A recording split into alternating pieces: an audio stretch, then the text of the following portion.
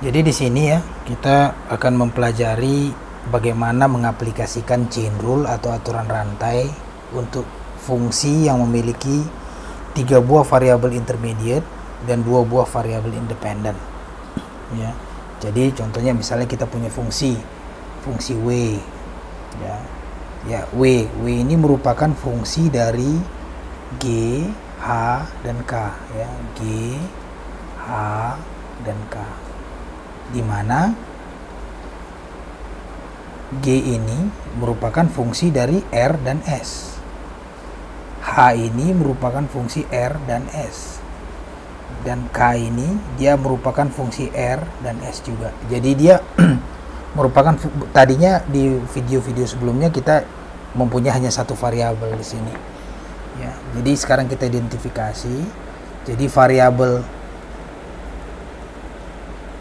dependen kita adalah satu, yaitu W. Variabel intermediate kita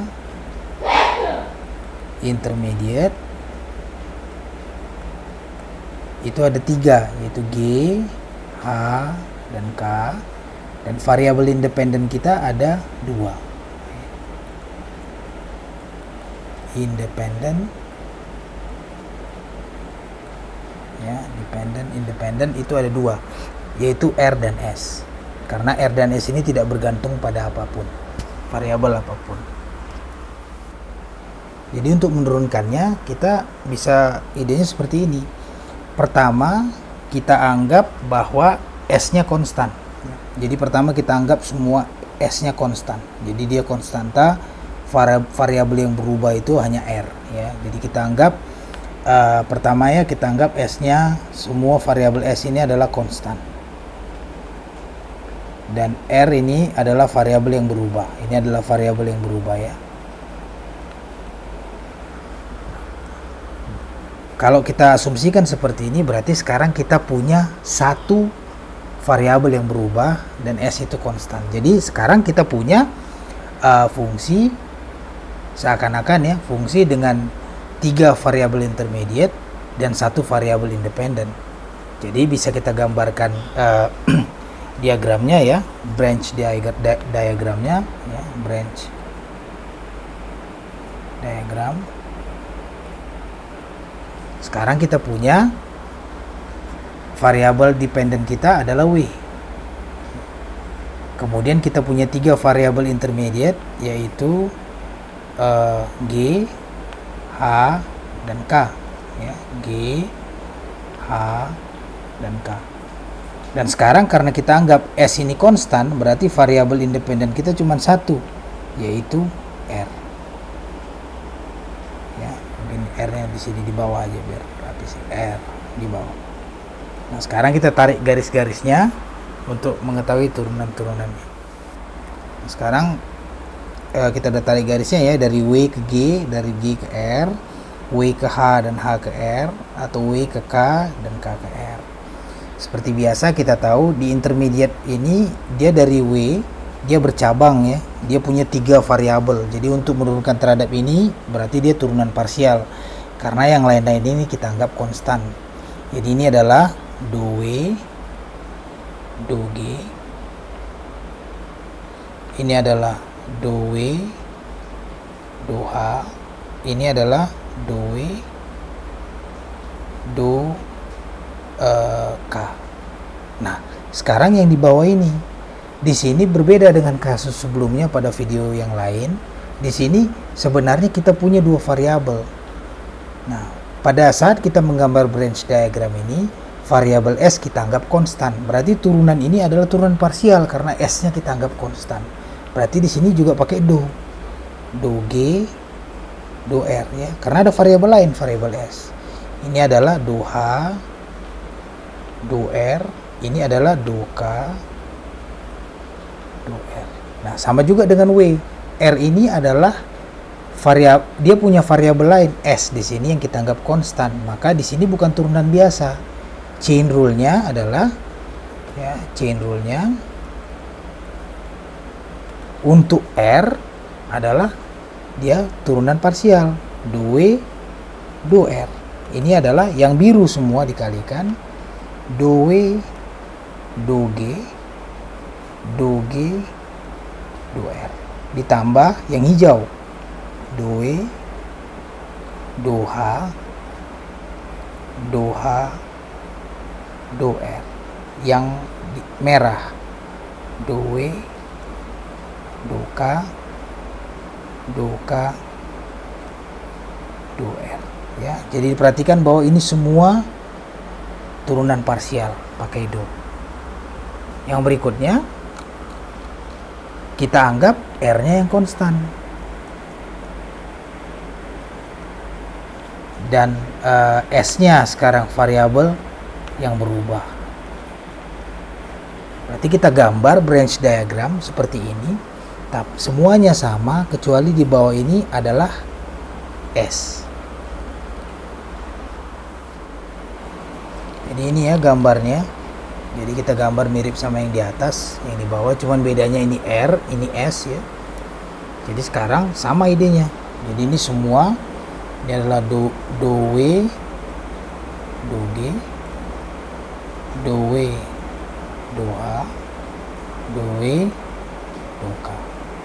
Ini juga parsial ya, do G, sekarang do S, tadi do R ya, do H, do S, ini adalah do K, do S. Maka kita bisa tulis chain rule-nya untuk ini, do W ke do S, ini adalah do W, do G, do G, do S, ditambah do W, do H, do H, do R, ditambah do S, ini do S ya, do S, ditambah do W, do K, do K, do S. Jadi karena kita punya dua variabel independen, jadi kita punya dua chain rule di sini. Pertama terhadap R, yang kedua terhadap S. Bagaimana kalau kita punya dua intermediate variabel dan dua independent variabel ya? Jadi kita punya dua variabel intermediate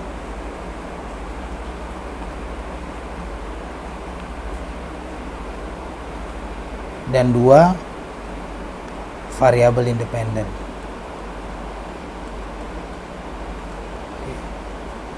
Jadi di sini kita nggak usah gambar lagi ini jadi sebenarnya jadi simplifikasi dari ini. Jadi contohnya misalnya kita punya W, ini adalah fungsi dari X dan Y. Sementara di mana X itu adalah fungsi R dan S dan Y-nya adalah fungsi R dan S. Jadi di sini bisa kita bikin jadi penyederhanaannya, jadi do W diturunkan terhadap parsial terhadap R, ini adalah do W, do X, do X, do R, ditambah do W, do Y, do Y, do R. Kalau dia terhadap S, do W, do S sama dengan do W, do X, do X, do S, ditambah do W, do Y, do Y, do S. Bagaimana kalau kita punya satu variabel intermediate sama dua variabel independen ya? Jadi misalnya kita punya W sama dengan f X ya, di mana X itu merupakan fungsi R dan S. Jadi sama ya idenya dengan yang sebelum-sebelumnya, kita punya do W, do R, ini adalah sama dengan do W, do X, do X, do R, dan do W, do S sama dengan do W, do X, do X, do S. Lihat semuanya ini adalah turunan parsial. Kenapa? Karena kita punya dua variabel independen di sini. Jadi tetap harus ada yang kita anggap konstan. Contohnya ya, kita kasih contoh di sini. Contoh ya, kita punya fungsi ya, kita punya W itu adalah fungsi dari X ditambah 2Y ditambah Z kuadrat, dimana ya, kita punya X sama dengan R dibagi S, kemudian kita punya Y sama dengan R kuadrat ditambah ln S, yang kemudian kita punya Z sama dengan 2R. Jadi yang mau ditanya adalah 2W 2R dan 2W 2S. Jadi sekarang kita tuliskan persamaannya ya, persamaan parsialnya ya. 2W 2R ini adalah 2W 2X 2X 2R ditambah 2W 2Y 2Y 2R ditambah 2W 2Z 2Z 2R. Untuk yang ini ya, yang kedua ini 2W 2S sama dengan 2W 2X 2X 2S ditambah 2W 2Y 2Y 2S ditambah 2W 2Z 2Z 2R ya, jadi kita punya dua parsial derivatif ya, dua turunan parsial dari W terhadap R dan S. Berarti sekarang kita cari satu-satu ya, misalnya kita cari yang ini dulu ya, 2W 2X ini berarti 2 per 2X dari W. W itu adalah X ditambah 2Y ditambah Z kuadrat. Jadi ini kita, karena dia terhadap X berarti Y konstan, Z konstan, cuman X turunan X terhadap X 1, jadi di 1. Oke. Bagaimana dengan 2W 2Y? Berarti W ini diturunkan terhadap Y. Berarti yang ini konstan, diturunkan ini, berarti ini sama dengan 2. Bagaimana dengan 2W 2Z? Berarti cuman ini yang diturunkan. Berarti kita dapat ini adalah 2Z. Oke. Sekarang kita hitung yang X ya. 2X 2R. Ini adalah 2 per 2R dari R bagi S, kita bisa tulis R dikali S pangkat minus 1 ya. Diturunkan terhadap R, S nya konstan, berarti ini adalah S pangkat minus 1. Ini adalah seper S. Bagaimana dengan 2X 2S? Jadi ini kita turunkan terhadap S, berarti ini adalah R dikali minus 1 dikali S minus 2 ya kan? Berarti ini adalah sama dengan minus R dibagi S kuadrat.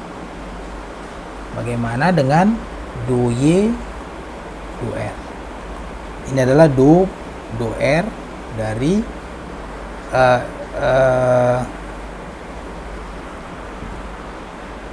R kuadrat ditambah ln S. Kita turunkan terhadap R, berarti S konstan, ini 0. Turunkan terhadap R, ini berarti 2R. Bagaimana dengan 2Y 2S? Berarti yang ini diturunkan terhadap S. R turunkan terhadap S, karena R konstan 0. Turunan ln S itu adalah seper S. Oke. Sekarang yang Z. 2Z 2R ya. Ini adalah 2 per 2R dari Z. Z kita adalah 2R ya. Turunkan terhadap R, maka dia adalah 2. Bagaimana dengan 2Z dibagi 2Z 2S? Tidak ada S di sini, berarti dia 0. Sekarang kita masukkan semua satu-satu ya. Berarti 2W 2R Itu kita bisa hitung ya. 2W 2R adalah 1 dikali 1/s ya, ditambah 2 dikali 2R ditambah 2Z ya, dikali 2. Nah, dari soal kita tahu bahwa Z ini adalah 2R. Maka ini bisa kita dapatkan, ini adalah 1/s ditambah 4R ditambah 8R. Ini adalah 1/s ditambah 12R. Nah, bagaimana dengan 2W 2S ya? Kita masukkan ke rumus di atas, maka kita dapat 1. Terus ini adalah minus 1/s kuadrat ya, ini ditambah 2, ini adalah dikali 1/s ditambah 2Z dikali 0 ya. Ini sama dengan 2/s ya, ini 2/s minus, karena ini minus 1/s kuadrat.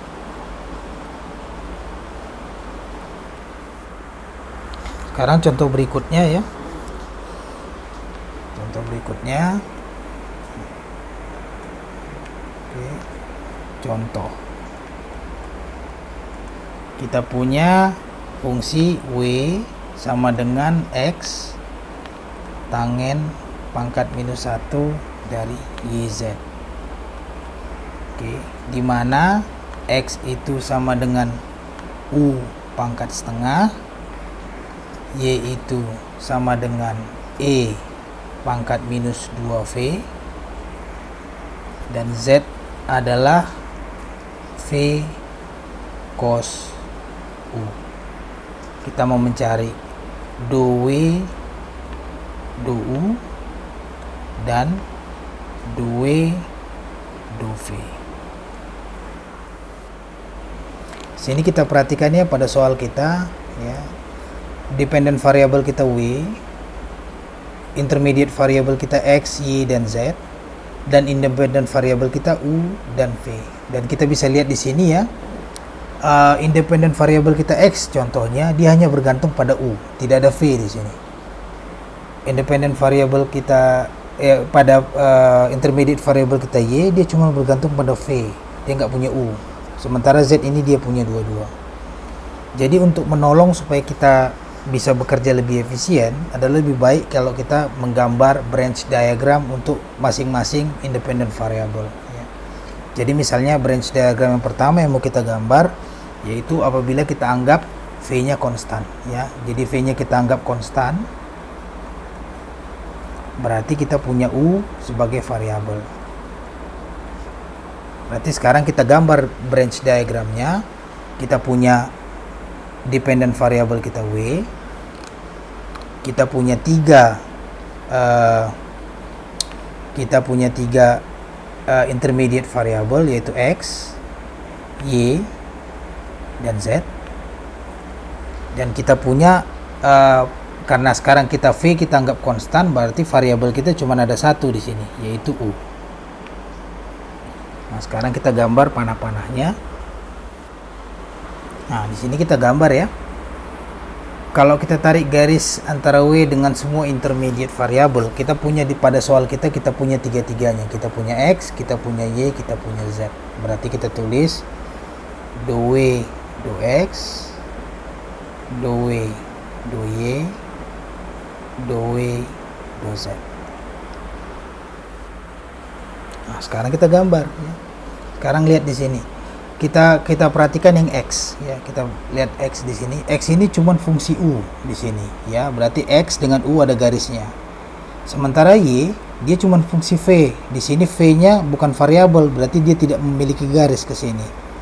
Dan Z karena dia fungsi dua-duanya dia mempunyai garis di sini. Jadi ini adalah 2X 2U, ini adalah 2Z 2U. Kalau kita jumlahkan, maka kita punya 2W 2U ini adalah 2W 2X 2X 2U ditambah yang hijau karena dia tidak nyambung, dia kita ignore, kita cuman perhitungkan yang menyambung ya. Jadi ini adalah 2W 2Z 2Z 2U. Jadi di sini kita bisa menghemat satu perhitungan ya, di sini nggak perlu kita tahu. Jadi nggak perlu kita tulis semua rumusnya lengkap. Untuk kasus di mana turunan parsial terhadap U, kita hanya perlu yang ini saja. Bagaimana kalau turunan parsial terhadap V? Untuk itu bahwa sekarang kita anggap bahwa U konstan dan V ini adalah variabel. Berarti kita punya dependent variabel kita W sama kayak tadi. Kita punya intermediate-nya satu di sini Y. Kita punya di sini Z. Kita punya di sini X. Dan kita punya sekarang karena U-nya konstan, berarti berarti independent variabel kita cuma satu, yaitu V. Ya, sekarang kita gambarkan garis-garisnya. Jadi untuk V sekarang kita gambarkan seperti ini. Kita perhatikan bahwa yang ini tidak nyambung. Kenapa? Kalau kita lihat pada soal kita bahwa X ini cuma fungsi U, dia nggak ada V ya. Y ini ada V-nya. Jadi sekarang yang nyambung yang hijau dan yang merah. Jadi kita cuma kerja sama yang hijau dan yang merah. Yang biru kita nggak perlu lagi. Jadi ini adalah 2W 2Y. Ini adalah 2Y 2V. Ini adalah 2W 2Z. Ini adalah 2W 2V. Jadi kita bisa tulis bahwa 2W 2V ini adalah 2W 2Y 2Y 2V ditambah 2W 2Z 2Z 2V. Jadi branch diagram ini sangat menolong ya untuk membuat kita lebih hati-hati, karena variabel ini bisa berubah-ubah namanya. Kadang-kadang kita nggak ingat, kalau kita cuma hafal rumusnya bisa bertukar-tukar nanti semua di sini. Jadi sekarang kita udah punya dua ya, partial derivatif ini satu, ini satu. Sekarang kita masukkan angka-angkanya, kita masukkan kita hitung ya untuk dimasukkan ke rumus ini. Sekarang kita coba satu-satu ya. Sekarang kita punya 2W 2X. Ini adalah turunan parsial terhadap X dari W. W itu adalah X dikali tangen inverse tangen dari YZ ya. Jadi kalau kita turunkan parsial terhadap X, YZ ini semua 0 ya. Jadi ini 0, ini tidak berpengaruh ya. Ini kita turunkan terhadap ini 1. Jadi hasilnya adalah tangen pangkat minus 1 YZ. Sekarang 2W ya, 2W dy ya, ini berarti adalah sekarang ini adalah 2y dari X tangen minus 1 YZ. Oke.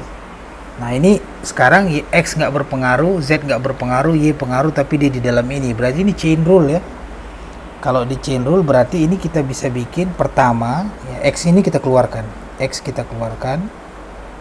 Pertama tangen pangkat minus 1 ini kita turunkan terhadap YZ. YZ ini kita anggap satu variabel ya. Jadi kita anggap berarti ini adalah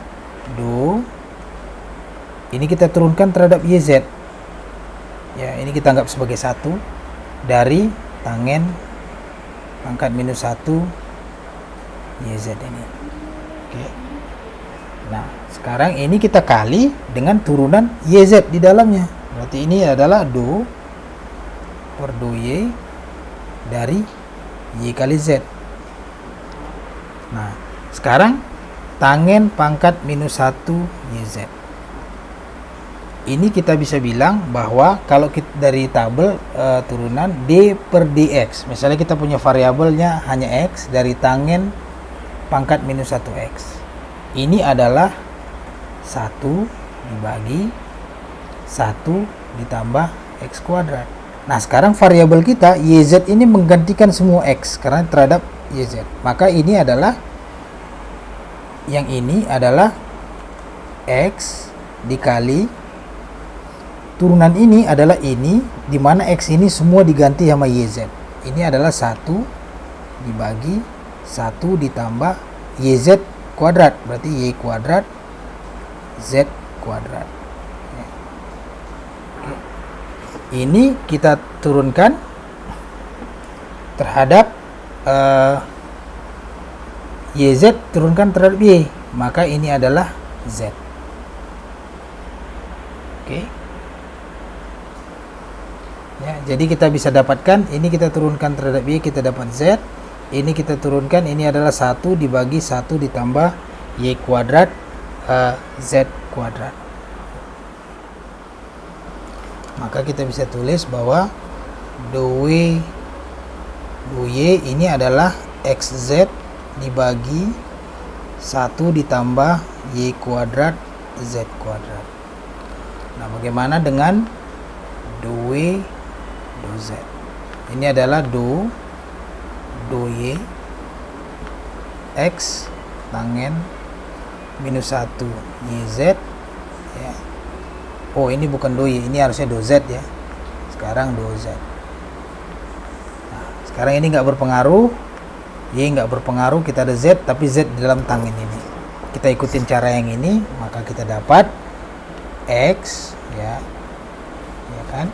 Ini adalah do dari YZ ya, tangen minus 1 YZ kali do per do Z dari YZ. Maka ini kita dapatkan, ini adalah sama dengan X dikali 1 per 1 ditambah Y kuadrat Z kuadrat dikali turunan ini, berarti ini adalah Y. Maka do Y do Z ini adalah XY dibagi 1 ditambah Y kuadrat Z kuadrat. Nah, sekarang do X do U ini adalah do U dari U pangkat setengah. Ini adalah setengah U pangkat minus setengah. Ini adalah 1 dibagi 2 akar U. Sekarang do Y ya, kita nggak perlu do X per do V karena nggak bergantung dia sama V ya. Kita lihat di sini do Y do V ya, ini nggak perlu do Y per do X. Ini adalah do V dari E pangkat minus 2V. Ini sama, ini jadi sebenarnya ini chain rule ya. Ini chain rule. Kita bisa hitung, berarti ini adalah do dari turunkan terhadap minus 2V ya, dari E pangkat minus 2V dikali do per do V dari E dari minus 2V. Oke. Nah, ini sama dengan turunan ini terhadap ini, ya dia tetap itu juga, minus 2V. Oke. Minus 2V dikali diturunkan terhadap V, ini adalah minus 2. Maka ini adalah minus 2 E pangkat minus 2V. Sekarang kita bisa hitung do Z do U do Z do U. Kalau ini kita harus turunkan parsial kepada dua-duanya ya, karena dia bergantung. Do U dari V cos U. Berarti ini adalah minus ya, ini adalah V minus sinus U. Ini adalah minus V sinus U. Ya. Do Z do V, ini adalah do V dari V cos U. Ya, berarti ini adalah cos U. Nah, sekarang kita masukkan semuanya ya. Jadi do W do U kita masukkan ya. Ini adalah sama dengan tangen pangkat minus 1 dari YZ dikali 1 dibagi 2 akar U ya. Tinggal kita masukkan ke rumus yang di atas, ditambah XY dibagi 1 ditambah Y kuadrat Z kuadrat dikali minus V sinus U. Yang berikutnya adalah do W do V, ini adalah XZ dibagi 1 ditambah Y kuadrat Z kuadrat dikali minus 2E pangkat minus 2V ditambah XY dibagi 1 ditambah Y kuadrat Z kuadrat kosinus U.